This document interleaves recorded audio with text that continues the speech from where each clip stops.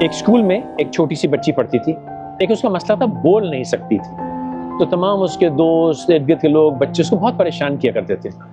اس کی کلاس کے ٹیچر تھا، اس نے بڑی کوشش کی کہ بچی بول دے، لیکن ہر کوشش ناکام ہو گئی۔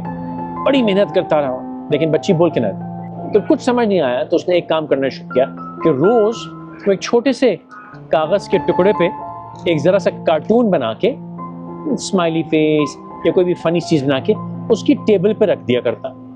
وہ بچی روز آتی، اس کو دیکھتی، لیکن پھر بھی بولی نہیں۔ 1-2 سال ایسے گزر گئے، بالآخر اسکول والوں نے بچی کو اسکول سے نکال دیا۔ بہت سال گزر گئے تو ایک دن اس استاد کو ڈاک میں ایک لفافہ ملا۔ اس نے لفافہ کھولا تو تمام پرچیاں جس پہ اس نے کارٹون بنا کے بچی کو دیے تھے وہ اس میں پڑے تھے، اور ایک چھوٹی سی چٹھی تھی۔ بچی نے لکھا کہ جب میں کمزور تھی، لوگ مذاق اڑاتے تھے، میں بات نہیں کر سکتی تھی، آپ مجھے یہ کارٹون بنا کے دیتے تھے، میں نے تمام پرچیاں بچا کے رکھی ہوئی تھی، آپ کی وجہ سے مجھ میں ہمت آئی، گو کہ میں اسکول سے نکالی گئی، لیکن دوسرے اسکول میں جا کے میں نے محنت کی، آپ بہت یاد آتے تھے، آپ کے کارٹون یاد آتے تھے، لیکن آج میں نے ترقی کی، میں ایک بہت امیر اور کامیاب عورت بن گئی ہوں، بس میں نے کہا آپ کا شکریہ کروں۔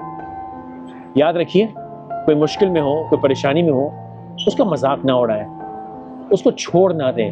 آپ کی چھوٹی سی ایک کوشش، یعنی کہ اور کچھ نہیں تو کاغذ کے ٹکڑے پہ بنایا ہوا کارٹون بھی اس کے لیے بہت قیمتی ہو سکتا ہے۔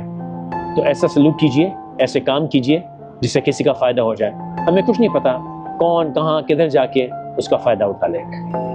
This was a random thought.